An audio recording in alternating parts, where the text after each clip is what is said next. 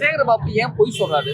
பொய்யிலே பிறந்து பொய்யிலே பிறந்து பொய்யிலே வளர்ந்து கொடுக்கும் பெருமானே அந்த மாதிரி அவர் பொய்யிலேயே வளர்ப்பாரு, பொய்யிலேயே இருப்பாரு, குப்பையிலேயே நடக்க மாட்டாரு.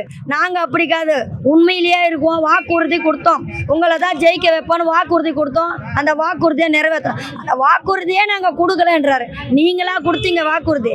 முதலமைச்சரை கூப்பிடுங்க, ஸ்டாலின் அவர்களை கூப்பிடுங்க, அவரை கூப்பிட்டு அவரை கேளுங்க வாக்குறுதி கொடுத்தாங்களா இல்லைன்ட்டு அவங்க சொல்லுவாங்க. நீங்கள் யாருங்க? நீங்கள் போய் உண்டியை உடைக்கிற வேலை பாருங்க, பெருமாள் கிட்ட வேண்டுற வேலை பாருங்க, கோயில் கோயிலாக போகிற வேலை பாருங்கள். அந்த வேலையை விட்டு சென்னை மாநகராட்சியில் உட்காந்துங்கன்னு எங்களுக்கு வந்து ஆர்டர் போகிறீங்க. ராம்கிக்குள்ளே போங்க, ராம்கிக்குள்ளே போங்க அப்படின்றீங்க. எந்த விதத்துலங்க நியாயங்க? ராம்கிக்குள்ளே போகிறதும் எங்கள் விருப்பம்.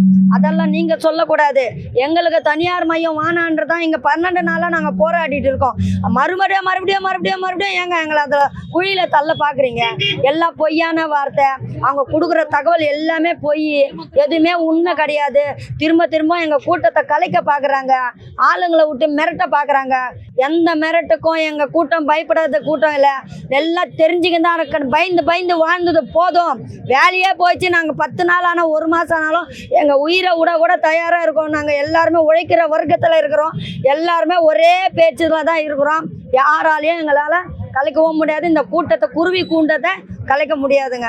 எல்லாமே ஒரு குருவி கூட வந்து சேர்ந்துருக்கோம். இந்த குருவி கூட்டில் மறுபடியும் ஏதாவது நல்ல செய்தி வந்து ஒரு நல்ல பழம் கொடுக்குற கனியாக தான் இருக்குமே தவிர இவங்க கொடுக்குற விஷம் கனியால் நாங்கள் போக மாட்டோம்.